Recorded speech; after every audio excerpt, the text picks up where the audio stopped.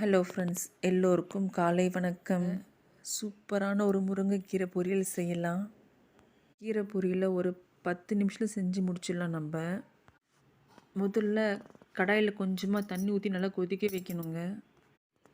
தண்ணி கொதி வரத்துக்குள்ளே கீரையை நம்ம சுத்தம் பண்ணி வச்சுக்கலாம். ஒரு 7-8 பல் பூண்டு, சின்ன வெங்காயம் ஒரு கைப்பிடிங்க, ஒரு 10-15 சின்ன வெங்காயம் இந்த கீரை பொரியலுக்கு நல்ல ஒரு டேஸ்ட்டை கொடுக்கும்.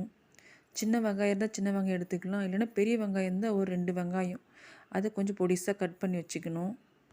ஒரு இடுகல்ல பூண்டு பல் எடுத்து வச்சுருக்கோம் இல்லையா, அந்த பூண்டு பல் நல்லா போட்டு இடித்து வச்சுக்கணுங்க. ஒன்றும் பாதியமாக பூண்டு இடித்து முடிச்சதும் வெங்காயம் இருக்கு இல்லையா, வெங்காயத்தையும் நம்ம ஒன்றும் பாதியமாக நல்லா இடித்து வச்சுக்கணும். நல்லா இந்த மாதிரி நம்ம இடித்து போடுறது தாங்க நல்ல டேஸ்ட் குடிக்கும் கீரை பொரியலுக்கு. அதனால தான் இடித்து போடணும். நம்ம தண்ணி நல்லா கொதி வந்துடுச்சிங்களா, இப்போ என்ன பண்ணணும்னு நம்ம இடித்து வச்சுருக்கோம் இல்லையா பூண்டு, சின்ன வெங்காயம், அதை போட்டு நல்லா ஒரு கொதி விடணுங்க. கூடவே கொஞ்சமாக மஞ்சத்தூள் போட்டு ஒரு கொதி வந்ததுமே நம்ம கீரை சுத்தம் பண்ணி வச்சுருக்கோம் இல்லையா, அந்த கீரையும் போட்டு ஒரு கொதி விடணுங்க. கீரை ரொம்ப நேரம் வேகக்கூடாது. அதே மாதிரி கீரை வேக வைக்கும்போது மூடி போட்டு வேக வைக்கக்கூடாது. நம்ம மஞ்சத்தூள் ஏன் போடணுன்னா அந்த கீரையோட கலர் சேஞ்ச் ஆகாமல் இருக்குங்க. அதுக்காக தான் அந்த மஞ்சத்தூள் நம்ம போட்டு விடுறது.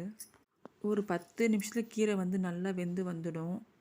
அதுக்குள்ளே நம்ம என்ன பண்ணிக்கலாம்னா, இந்த வேர்க்கடலை இருக்கு இல்லையா, வேர்க்கடலை, காஞ்ச மிளகா, உப்பு, இது மூணுத்தையும் ரெடியாக வச்சுக்கணும். நம்ம மிக்சியில் போட்டு கொரப்பாக அரைச்சிக்கணும். நைஸாக அரைக்கக்கூடாது. கீரைக்கு கொரப்பாக அரைச்சிக்கணும்.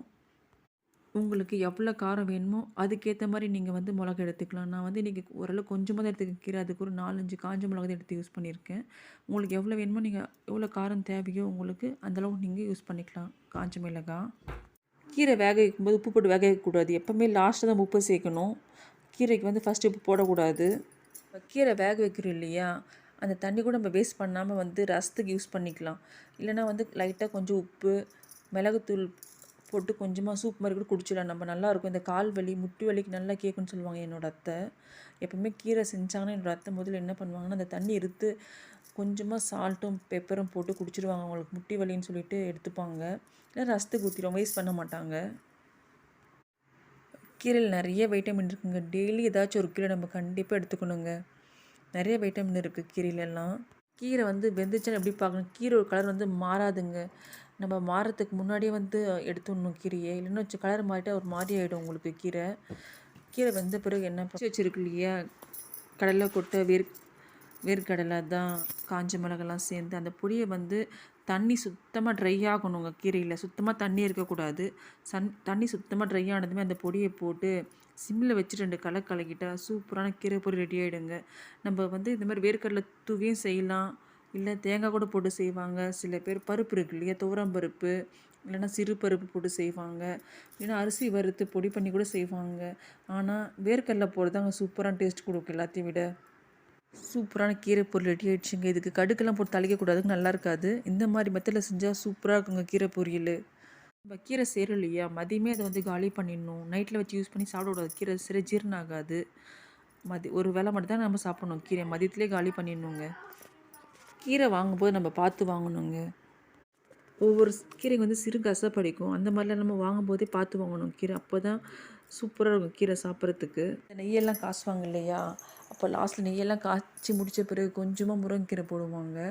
அந்த வாசனையே தெருவே அப்படியே மனமாக தூக்கும். அப்படியே சூப்பராக இருக்கும் ஸ்மெல்லு. சாப்பிட்றதுக்கும் நான் கூட அப்பப்போ இந்த கேழ்வரகு, முருங்கைக்கீரை, நெய் போட்டு பசங்களுக்கு நெய் மாவு செஞ்சு கொடுப்பேன். பசங்களும் விருப்பப்பட்டு சாப்பிடுவாங்க. எப்பாச்சும் ஈவினிங் ஸ்நாக்ஸ் என்றைக்காச்சும் ஒரு நாளைக்கு இந்த மாதிரி செஞ்சு கொடுப்பேன் ஸ்நாக்ஸாக. செம்ம டேஸ்ட்டாக இருக்கும். பசங்களும் விரும்பி சாப்பிடுவாங்க. சூப்பரான டேஸ்டான முருங்கைக்கீரை பொரியல் சூப்பர் ரெடி ஆகிடுச்சிங்க. இந்த முருங்கைக்கீரை சாதம் ரசத்தோடு சாப்பிடும்போது செம்ம காம்பினேஷனாக இருக்கும். இந்த வீடியோ பிடிச்சிருந்தால் லைக் பண்ணுங்கள், ஷேர் பண்ணுங்கள், கமெண்ட் பண்ணுங்கள். மறக்காமல் ராஜ்குமார் சசீசன் சப்ஸ்கிரைப் பண்ணுங்கள். உங்களுக்கு என்ன ரெசிபி வேணும்னு சொல்லிட்டு மறக்காமல் கமெண்ட் பண்ணுங்கள். நன்றி, வணக்கம், பாய்.